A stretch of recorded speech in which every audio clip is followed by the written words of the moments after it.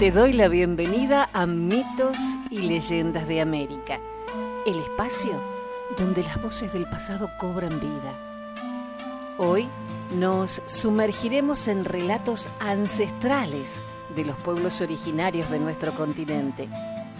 Historias que han viajado a través del tiempo y siguen resonando en la actualidad. Desde los chibchas hasta los guaraníes, cada leyenda es un susurro de la historia, un eco de la memoria de los pueblos. Acomódate y déjate envolver por la magia de la tradición oral. Comenzamos.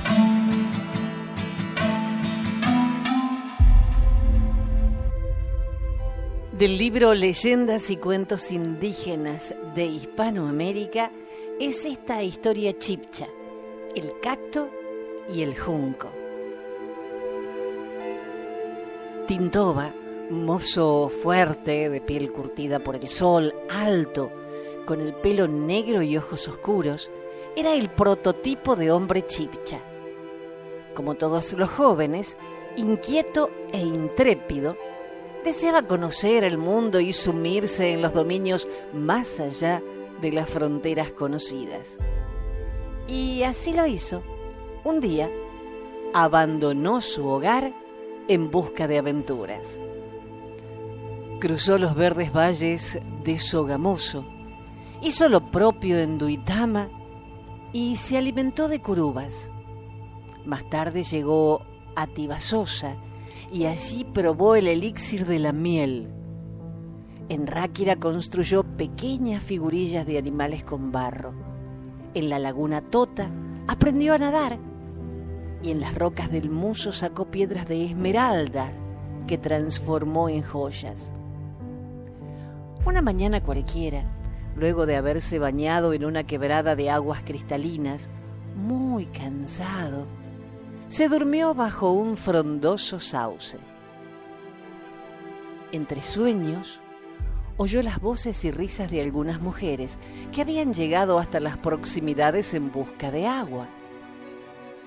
Despertó cuando la última de ellas, antes de retirarse, le tendió un cántaro y le ofreció de beber. El joven quedó prendado de aquellos ojos más negros que el carbón que lo miraban con respeto y por esa sonrisa tan suave como la brisa. Bastó ese encuentro para darse cuenta de que esa era la mujer de su vida. Bastaron esa mirada y esa sonrisa para que se sintiera enamorado. La joven doncella había apagado su sed, pero a la vez había encendido el fuego de su corazón. No obstante, Tintoba no le habló de inmediato. Observando las nubes que pasaban silenciosas y alegres sobre su cabeza, se puso a pensar en la forma como le declararía su amor, pues él era un forastero y ella, sin duda por su hermosura, debía ser una princesa de noble estirpe. Cuando arribó a la aldea más próxima y preguntó por ella, nadie supo decirle dónde estaba, pues había olvidado consultarle su nombre. Pero como no podía borrar de su mente el brillo de esos ojos negros y su mirada penetrante, decidió establecerse allí hasta encontrarla. Los lugareños, que eran hábiles artesanos, le enseñaron el arte de trabajar la lana y, como estaba enamorado, empezó a tejer una bella manta para obsequiársela a su amada. Un día en que Tintoba tejía ensimismado en su telar, la gritería y el jolgorio de los niños lo distrajeron de su labor. Acababa de aparecer por el camino principal de la aldea una gran comitiva de hombres cargados de presentes para la hija del cacique del lugar. Se destacaban vestidos de finas pieles curtidas, pectorales y joyas de oro y plata labradas, adornos de plumas multicolores. Poco después supo que todos esos presentes eran parte del pacto que sellaba el enlace entre el hijo del poderoso cacique de las tierras del norte con la hija menor del cacique de estas tierras. Tintova sintió en el corazón una verdadera estocada y creyó morir. Intuía que la doncella que lo había hechizado era la hija menor del cacique. Presentía una gran tragedia. Desde entonces no pudo concentrarse más en el trabajo y lo abandonó. Le molestaba la alegría de la gente que lo rodeaba y en la noche lloró desconsolado. Nadie podía entender su súbito cambio de personalidad. Solo él lo sabía. Como la noche estaba oscura como boca de lobo y no podía conciliar el sueño, se internó en el bosque de los altos alisos y arrayanes. Mientras caminaba y cargaba su dolor, Tintova encontró llorando a una hermosa joven que estrechaba su cuerpo al tronco de un árbol. Al sentirse observada, ella volvió la mirada y él reconoció aquellos ojos. Era la misma doncella que había calmado su sed con el agua del cántaro. Era Zúnuba, la hija del cacique, quien había sido prometida en matrimonio a un importante soldado guerrero que no amaba. Su padre la obligaba a casarse por intereses ajenos a sus sentimientos. Al amparo de la oscuridad y cómplices del silencio, los jóvenes comprendieron que se amaban. Se besaron con pasión y juraron un pacto. Entonces asomó la luna como aprobando dicha unión y los bendijo con su luz. En la madrugada, cuando la luz pintaba su claridad en el cielo y los pájaros anunciaban el nacimiento del día, Tintova se despidió de su amada, no sin antes prometerle que pronto se reuniría con ella para siempre. El joven regresó a su aldea dispuesto a establecerse allí, donde algún día formaría una familia con la muchacha de su encuentro. Pero no podía dejar de pensar en ella en ningún momento, por lo que decidió ir a buscarla. Era una misión difícil, pero su amor era tan grande que no había barrera que se interpusiera entre él y Zúnuba. Y se puso en marcha. No había obstáculo que lo detuviera. A los pocos días de camino llegó hasta el poblado anhelado. Se acercó a la vivienda del soldado guerrero y dijo que le traía un presente a la princesa. Los guardias, al ver las relucientes esmeraldas, lo dejaron pasar sin hacer preguntas. El soldado guerrero, a la cabeza de sus huestes, había partido a luchar contra las tribus del sur que amenazaban sus dominios, de manera que la pareja de enamorados pudo reunirse sin problemas. Zúnuba lo nombró centinela de confianza para tenerlo cerca suyo, sin despertar sospechas. Pero, como la felicidad nunca es completa, comenzaron las habladurías y las conjeturas. A la doncella se la acusó de infiel y al joven de no cumplir a cabalidad con sus deberes de guardia de honor. La envidia y la mala intención fueron más poderosas que los sentimientos. Apenas regresó el soldado guerrero cargado de regalos para su esposa, las mujeres del pueblo, celosas, le contaron lo que ellas creían que había pasado entre su mujer y el forastero. Zúnuba corrió rauda como una fierecilla acosada a avisarle a Tintova del peligro que corrían, y los dos huyeron por campos y atajos desconocidos. Luego cruzaron Ráquira, Tibasosa, Duitama y los valles de Sogamoso, que él conocía como la palma de su mano, hasta que llegaron a la aldea donde vivían sus padres. Allí, la doncella aprendió el arte de tejer, sembrar y cocinar. A ambos la vida parecía sonreírles.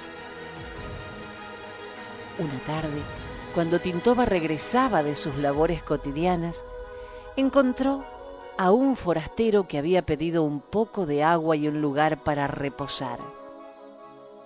Apenas lo vio, se reconocieron. Era el mensajero del soldado guerrero traicionado que había localizado el escondite de la pareja. Él le comunicó a todos los presentes lo que había sucedido y todos quedaron horrorizados, pues sabían, como todo Chibcha, que el adulterio y la infidelidad son castigados. Sunuba y Tintova comparecieron ante el gran sacerdote.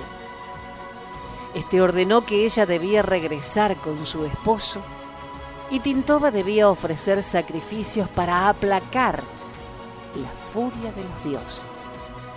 Antes de partir, Sunuba pidió permiso para ir por sus joyas y pertenencias, momento que aprovechó para huir con su amado.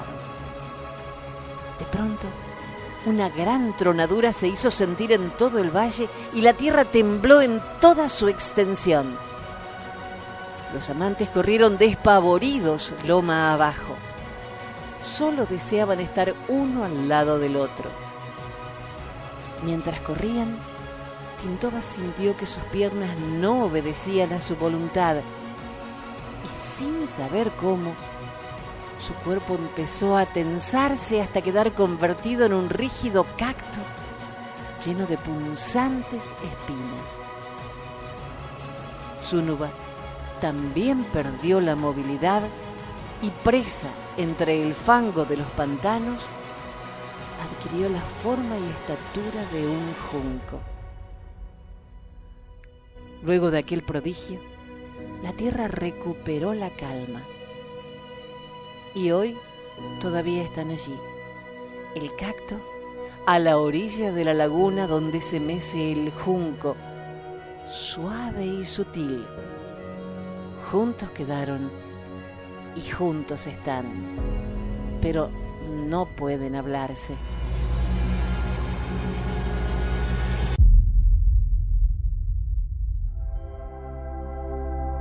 La civilización inca fue la última de las grandes civilizaciones precolombinas que conservó su estado independiente durante la conquista de América.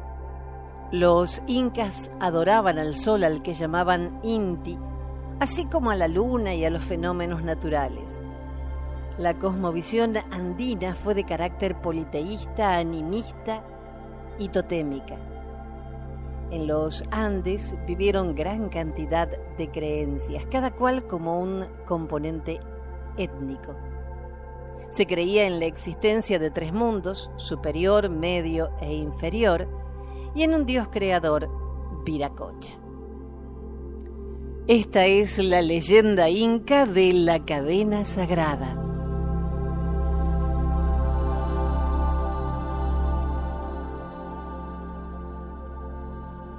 Hace muchísimos años, Inti, el dios del sol, comprobó la fortaleza espiritual de sus hijos cuando unos seres de hierro montados a caballo que lanzaban truenos con sus manos intentaron apoderarse de sus reliquias sagradas.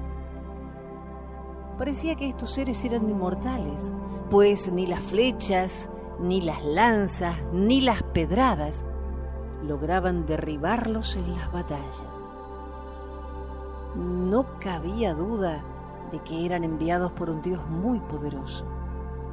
Habiendo desembarcado en las costas del imperio de Atahualpa, se apoderaron del Cusco, la capital, y también del monarca, al que habían hecho prisionero.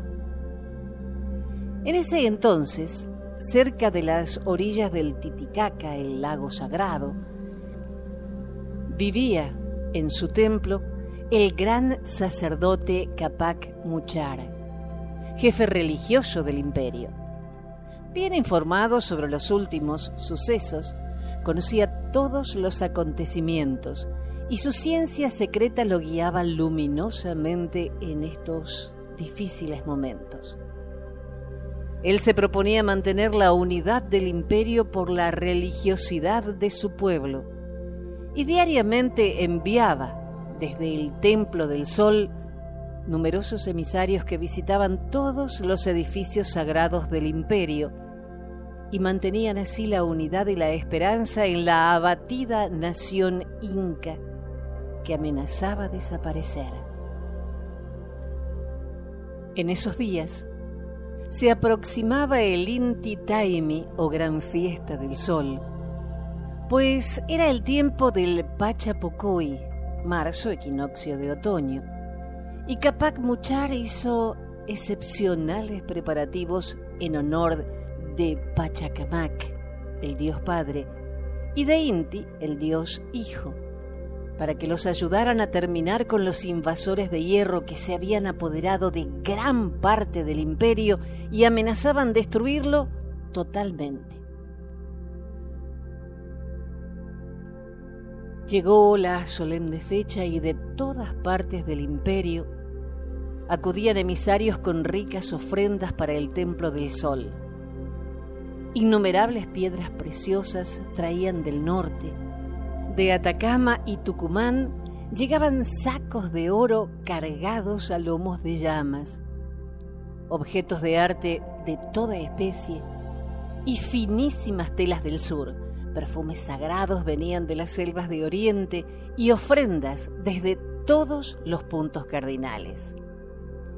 Estas enormes riquezas se acumularon en el templo, mientras Capac Muchar dirigía todos los preparativos para esta extraordinaria ceremonia religiosa, secundado por la sacerdotisa laica, que dirigía las vestales cuidadoras del fuego sagrado. Este año, por ser extraordinario y para ganar el favor de los dioses, debía inmolarse a la más hermosa sacerdotisa del templo. Pallacoilier, la pila sagrada, se alzaría en el centro de la explanada del templo. El fatídico día llegó y una gran muchedumbre se congregó en el templo para seguir devotamente el ritual. Todo parecía augurar el éxito de la ceremonia. El día despuntó claro y agradable. Al oriente apareció el sol entre indefinidas nubes y su halo dorado dio vida a las cristalinas aguas del lago. En ese preciso instante se oyeron las voces del coro de las doncellas del templo entonar el himno al sol, y luego la voz del gran sacerdote Capac Muchar entonando en medio de un profundo silencio un cántico sagrado. Al terminar aparecieron las bailarinas que interpretaron una danza sagrada al son de raros instrumentos de caña y hueso. En ese instante, el espectáculo era majestuoso. Luego la muchedumbre entonó un himno de gracias, mientras los perfumes y óleos sagrados embalsamaban la atmósfera. Era un momento de gran solemnidad y emoción. Después, el pueblo se entregó a la meditación, mientras los sirvientes preparaban la pira para el sacrificio, el que debía realizarse a la caída del sol. Pallacoilier, educada en místico rigor, aceptó resignada el sacrificio y empezó con los preparativos, embelleciéndose y ataviándose para la circunstancia. Antes de este acontecimiento, debía tener lugar la exposición y veneración de la cadena sagrada, y esto era algo de suma importancia para atraer las benéficas influencias de los dioses. La cadena sagrada era el talismán del imperio y solo se exponía en las grandes ceremonias de los equinoccios. Era muy notable por su hechura y hasta misteriosa en sus influencias. Tenía 77 eslabones de oro macizo, gruesos como el pulgar. Cada eslabón tenía 3 secciones. Estaba dividida en 4 partes y poseía figuras grabadas en relieve que simbolizaban a los dioses del agua, fuego, aire y tierra. Además, tenía incrustadas en cada eslabón 7 clases de piedras preciosas. Cada 9 eslabones contenían una plancha circular de oro macizo, en cuyo anverso figuraba el sol y al reverso la luna en plata labrada.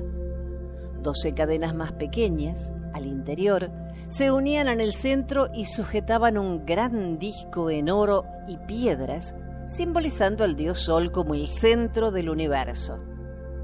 Todos estos signos eran conocidos por los sacerdotes e iniciados.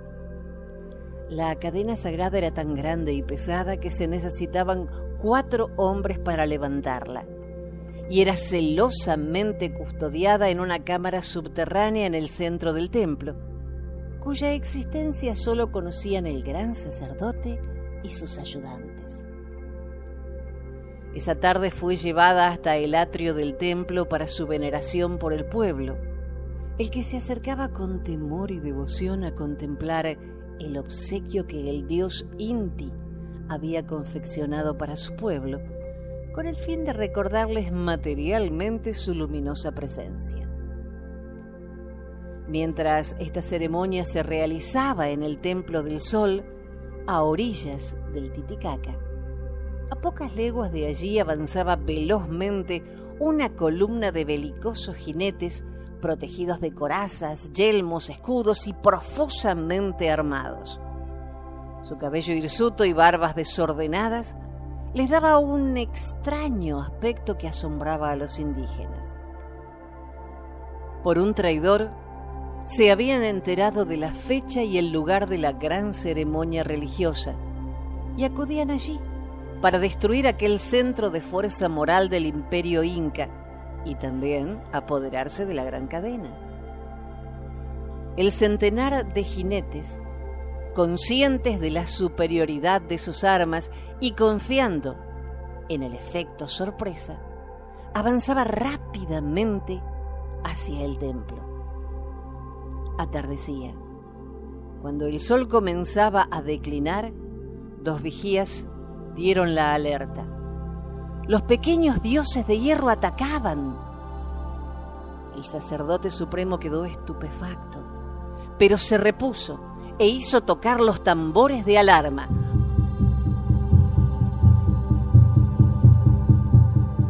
La muchedumbre huyó despavorida hacia los cerros, abandonando en su precipitada fuga todo cuanto tenían. Los sacerdotes ocultaron la cadena sagrada en el depósito subterráneo. Allí se quedó Capac Muchar con 2 ayudantes, y haciendo girar una piedra en la pared, apareció ante ellos un túnel. Uniendo sus fuerzas, llevaron la cadena por ocultos pasillos. Mientras avanzaban por la oscura galería, cuya salida daba entre unas rocas al nivel del lago, llegaron los conquistadores y penetraron violentamente en el recinto, pero no encontraron nada ni a nadie, lo que constituyó para ellos una desagradable sorpresa. Entonces, registraron el templo y encontraron la cámara de las vestales. Se apoderaron de algunas doncellas y las interrogaron violentamente. Buscaban la cadena sagrada. Aterrorizadas, las doncellas les señalaron la cámara subterránea. Pero cuando los conquistadores llegaron allí, tuvieron otra amarga sorpresa. La sala principal estaba vacía. Para vengarse de la humillación, maltrataron a la hermosa Palia Collier, pero ella no movió los labios y no reveló ningún secreto. De pronto, una trágica luz brilló en sus ojos. Algo pasaba en su corazón y su límpida mirada indicaba una solución extrema. como no conocía el idioma de los conquistadores, les señaló el corredor que iba hacia arriba. Luego los guió hasta el atrio y bajó con ellos por otro corredor. Palla Coilier deseaba encerrar a los hombres de hierro. Conocía un secreto que conducía a un laberinto sin salida. En varios túneles había profundas trampas que se activaban solo tocando un saliente de piedra en el muro. Una vez en el interior, la valerosa joven se adelantó a los hombres que colmaban los oscuros pasillos. En un instante en que reinaba la confusión, un soldado de hierro intentó besarla y ella lo rechazó. Tras un violento forcejeo, la moza rozó el saliente de un muro y se abrió ante ellos un foso de defensa. Cayeron ambos en un profundo precipicio. Los otros soldados, dispersos y desorientados, quedaron sumidos para siempre en las profundidades de la tierra. Mientras se materializaba esta catástrofe, que simbolizaba el derrumbe del imperio inca, llegaba a las proximidades del lago el gran sacerdote que arrastraba la cadena sagrada. Este comprendió que debía ocultar para siempre ese valioso talismán que había despertado la codicia y las bajas pasiones en los hombres de hierro. Al amparo de la oscuridad de la noche y con la asistencia de sus dos ayudantes, cargó la cadena en una frágil embarcación de totora y, remando silenciosamente, se dirigió al centro del lago. Una vez allí, con el más absoluto estoicismo, dio una violenta sacudida a la cadena sagrada y, sacando un puñal de piedra, se abrió las venas y se arrojó a las aguas. Durante siglos se ha buscado afanosamente este maravilloso talismán, pero nunca ha aparecido ni aparecerá, pues el Titicaca sabe guardar sus secretos. Sin embargo, la cadena sagrada está allí, como mudo testigo de esta historia.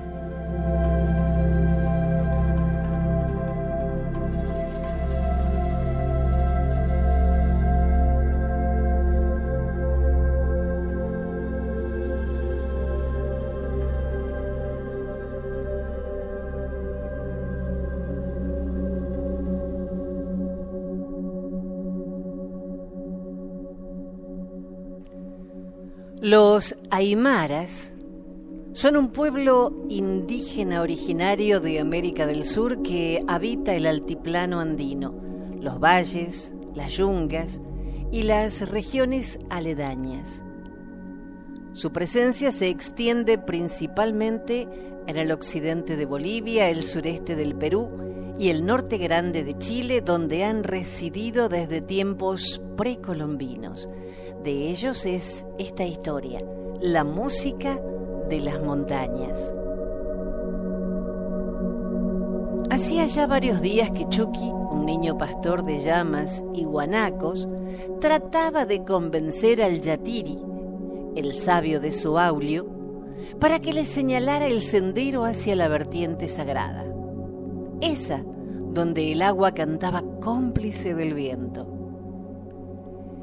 El anciano solo lo miraba en silencio y luego le decía que aún no había llegado el momento para revelarle el secreto.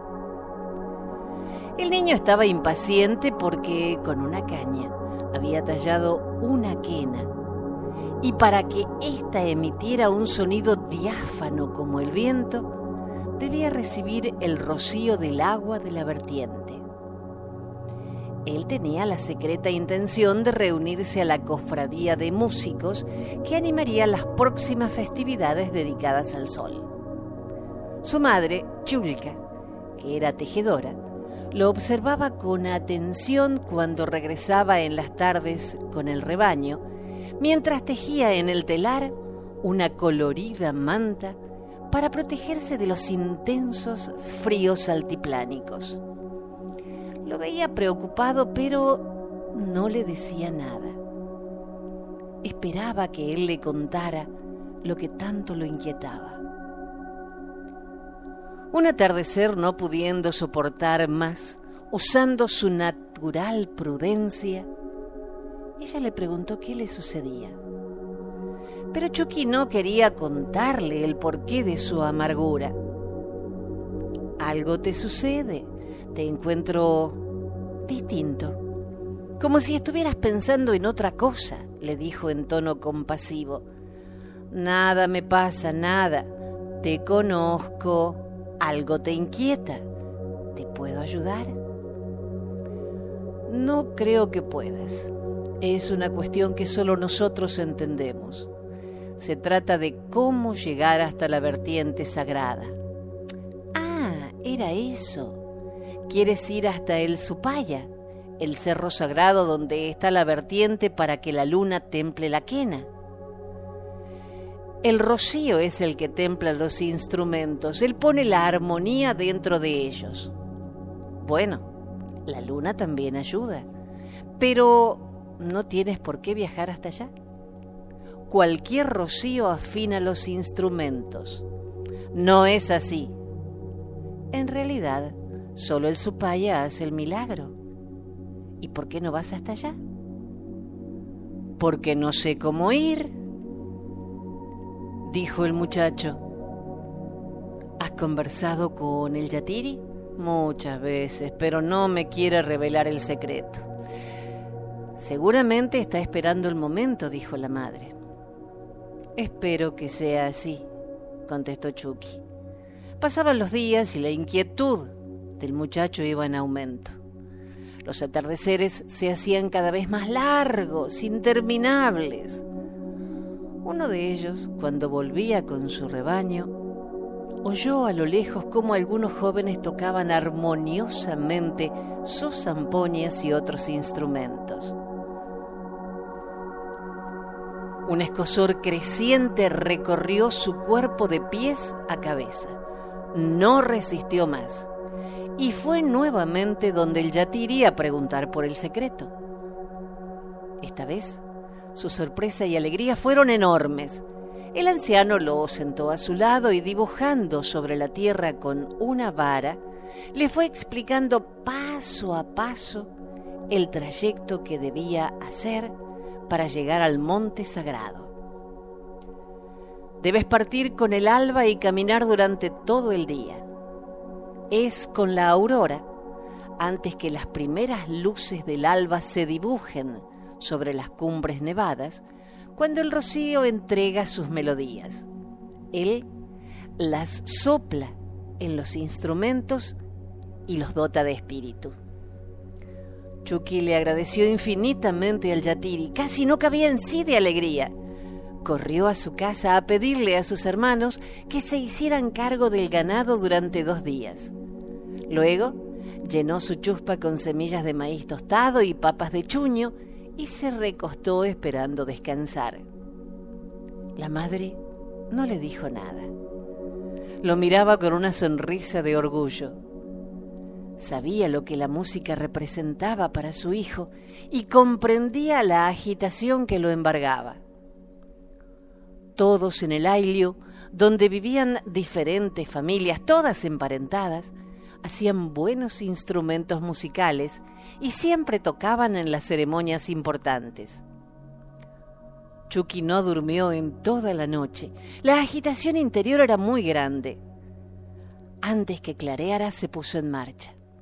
Comenzó a subir la quebrada que le era familiar, ya que allí acostumbraba llevar a pastar su rebaño. Iba cabeza baja, ensimismado en el camino. Súbitamente, el relincho de una vicuña lo distrajo y se sonrió. Miró el cielo y con alegría vio que los primeros resplandores dibujaban hermosos reflejos dorados en las montañas. Mañana, a esta hora, ya tendría frente a sí el suave rocío y su quena bien templada con todas las melodías conocidas, pensaba Chucky. Sus dotes musicales contribuirían a darle más belleza a sus interpretaciones. De pronto, todo se iluminó. Junto con la aparición de los primeros rayos de sol, toda la naturaleza se puso en movimiento. Decenas de parinas o flamencos rosados pasaron volando con sus gritos característicos por sobre su cabeza. Gratamente complacido se puso a descansar en una piedra azulenca y observó el maravilloso espectáculo de esa hora. Era un paisaje dulce y apacible, donde había muchas piedras y paja brava, elementos característicos del altiplano. A su izquierda alcanzó a divisar la cola larga y peluda de una vizcacha que se escondía. También se percató que a lo lejos, ante un rebaño de vicuñas hembras, dos machos en celo estaban peleando.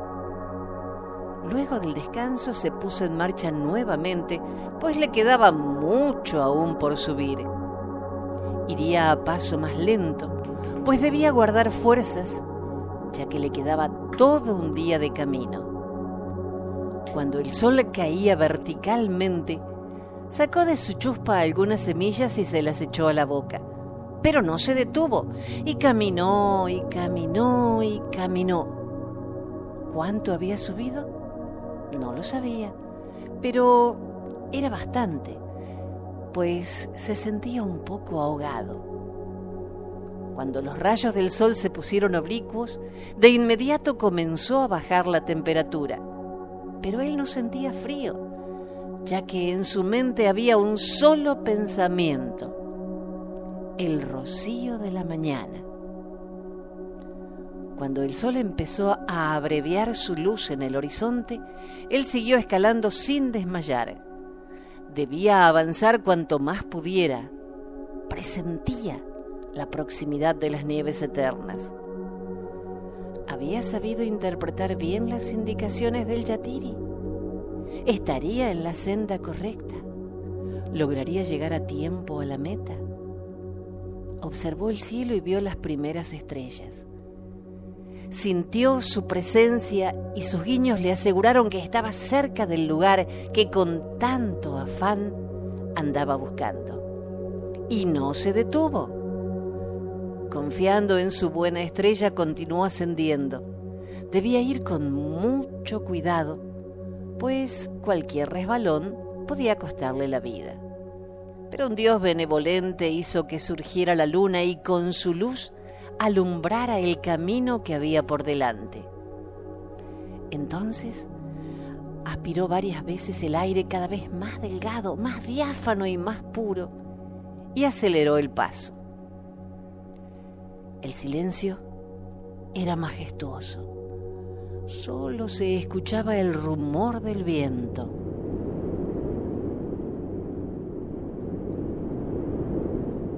Se detuvo una vez más para meditar la situación. Con inmensa dicha sintió a lo lejos un breve rumor de agua.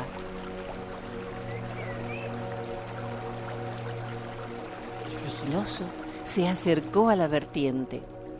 Tomó un poco de agua entre sus manos y dio un grito de felicidad. Era el lugar señalado. Y se sentó a esperar. En realidad no sabía bien qué esperaba, pero el rocío debía hacer sentir su presencia con la aurora. Los minutos parecían siglos. Se paraba, miraba, se sentaba, se volvía a levantar, esperaba. Empezaron a borrarse las estrellas y a llegar la claridad, acompañada de una sutil humedad. Era como un velo transparente de dulzura, como polvo frío de estrellas. Y salió el sol. ¡Cuánta desilusión! Había hecho la larga caminata por nada. Él creía que aparecería un dios y pondría la música dentro de su instrumento. Se había forjado esa ilusión. Esperaba una señal, pero nada había sucedido. Y de sus ojos brotaron lágrimas muy amargas. Entonces vio planear unos cóndores. Estos agitaban sus alas como para hacerlo olvidar su pena. Todo había sido en vano. Tanto sacrificio por nada. Ahora debía regresar. Intentó tranquilizarse y buscó las últimas semillas que había en su chuspa. Palpó su quena, su querido instrumento por el que había hecho la travesía. Instintivamente se lo puso en los labios y sopló. ¡Milagro! ¡Milagro! De él brotaron unos agudos y melodiosos sonidos como nunca antes había escuchado. Su claridad despertó a todo el altiplano. Sintió una felicidad nunca antes experimentada. Volvió a soplar para saber que todo no era un sueño.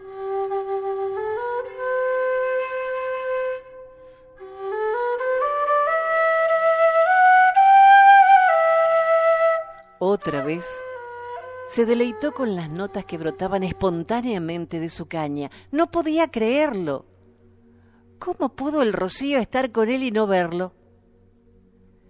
Entonces comprendió por qué el anciano había esperado tanto tiempo para permitirle emprender la búsqueda.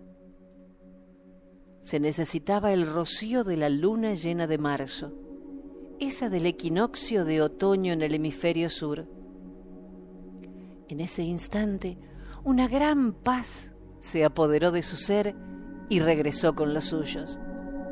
Nunca más dudaría de la sabiduría de los mayores, esa que solo los años y la experiencia proporcionan.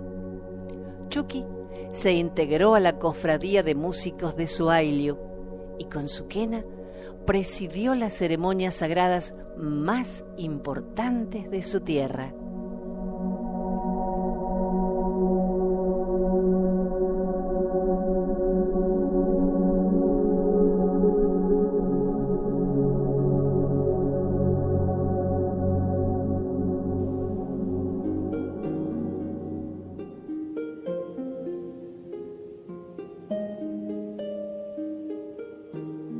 Los guaraníes son un grupo de pueblos nativos sudamericanos que se ubican geográficamente en parte de Paraguay, norte de Argentina, sur y suroeste de Brasil y sureste de Bolivia y en algunas zonas de Uruguay.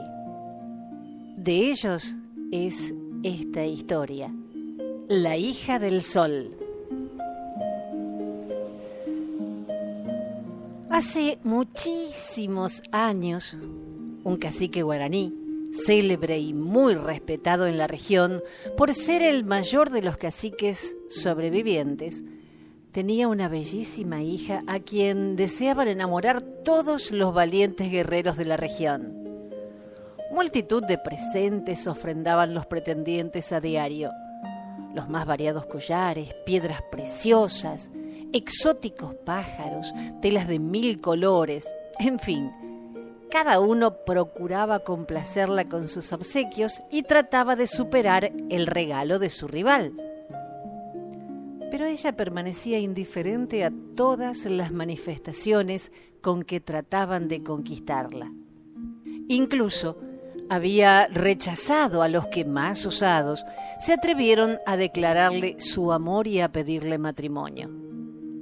Ninguno de los pretendientes le había llegado al corazón, por lo que, triste, temía que alguna vez tuviera que aceptar a alguno sin amarlo de verdad.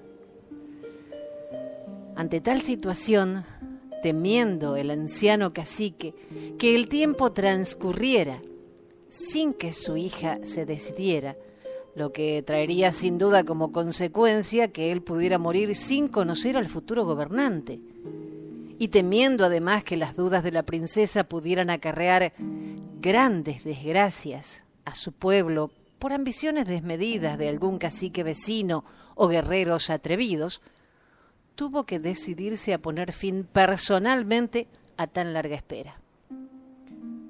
Llamó a su hija y ambos discutieron el problema. El anciano insistía en la urgencia de que ella escogiera a su futuro esposo. La joven, por el contrario, quería dilatar la elección, esperanzada en que pronto aparecería el hombre de sus sueños. Por fin, ambos llegaron a un acuerdo. Se celebraría un torneo entre todos los pretendientes, en el que deberían cumplirse determinadas pruebas, y el vencedor podría intentar enamorar a la princesa. De tal suerte, al día siguiente se convocó a los más bravos y apuestos guerreros de la región al célebre torneo, y se hizo saber que quien presentara ante el cacique el ave más bella y de canto más armonioso, la piedra de mayores destellos, el jaguar más hermoso de aquellas selvas y la flor más extraña y desconocida, obtendría la posibilidad de acercarse a la princesa y proponerle matrimonio. Se fijó como punto de reunión para iniciar el torneo la plaza de la aldea y como fecha 3 días después de difundida la convocatoria. Llegó el día señalado. En la plaza de la aldea, presidiendo la competencia, se encontraba el cacique, que vestía sus mejores galas, rodeado de ancianos, guerreros y brujos de la comunidad. La joven, que lucía más hermosa que nunca y que se hallaba ricamente engalanada, alejada del lugar, veía con tristeza cómo iba a empezar aquel extraordinario torneo. A una señal del cacique, se apresuraron los contendientes a tomar sus posiciones para iniciar la competencia. Mas, en el momento en que todo se hallaba dispuesto, la joven alzó su voz y gritó: «¡Alto, padre! ¡Detén el torneo! Por fin he decidido con quién he de casarme».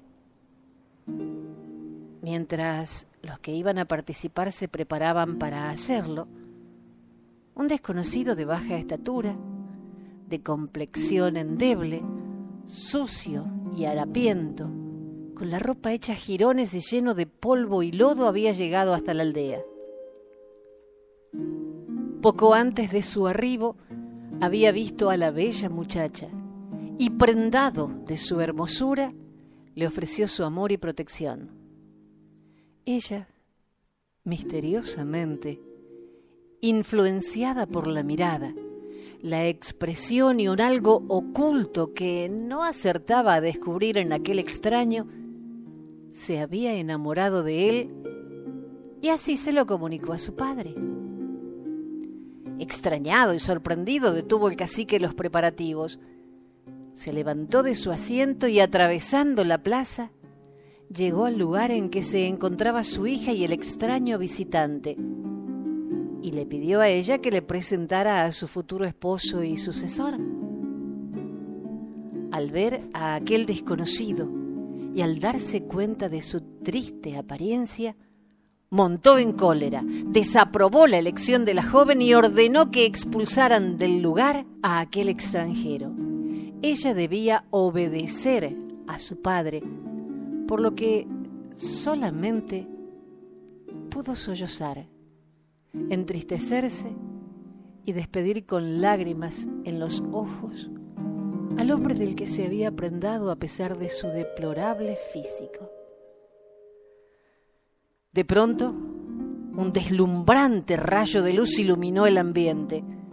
Una espesa y negra nube envolvió al extraño sujeto y, una vez disipada, apareció ante los asombrados e incrédulos ojos de todos los presentes un apuesto y gallardo guerrero como nunca antes habían visto.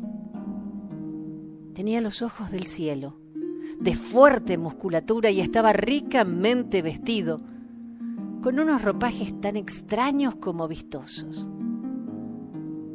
Enseguida se volvió hacia la muchacha y tras contemplarla por unos instantes le dijo: «Yo soy el hijo del sol y he venido hasta aquí, enviado por mi padre, para casarme contigo. Pero me he dado cuenta de la altanería y el desprecio con que tu padre trata a quienes considera indignos de su rango. Por lo tanto, he decidido castigarlo para que con eso sufra las consecuencias de su carácter despótico y se arrepienta de ser tan despreciativo con sus semejantes. Por eso, lejos de casarme contigo como eran mis más sinceros deseos, he de convertirte en pájaro, para que tu padre llore amargamente su desdicha cada vez que vea a la hija del sol, bella ave en la que te has de convertir dentro de un instante». Aquel cacique lloró su gran pena durante toda la vida y fue víctima de la indiferencia de quienes lo conocieron. Hoy día, eventualmente, se escucha en las tierras guaraníes un canto que parece a un lamento humano. Es la hija del sol que, convertida en ave, canta sus desdichas en algún rincón de la fértil tierra amazónica.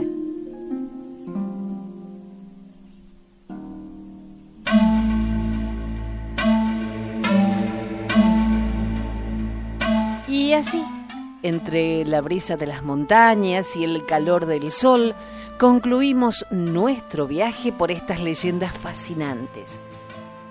Recuerda que Mitos y Leyendas de América sigue trayéndote las historias que han dado forma a nuestro continente. Si te ha gustado este episodio, compártelo y ayúdame a que estas voces ancestrales lleguen a más personas. Sígueme en redes para no perderte ninguna historia y nos encontramos en el próximo episodio. ¡Hasta pronto!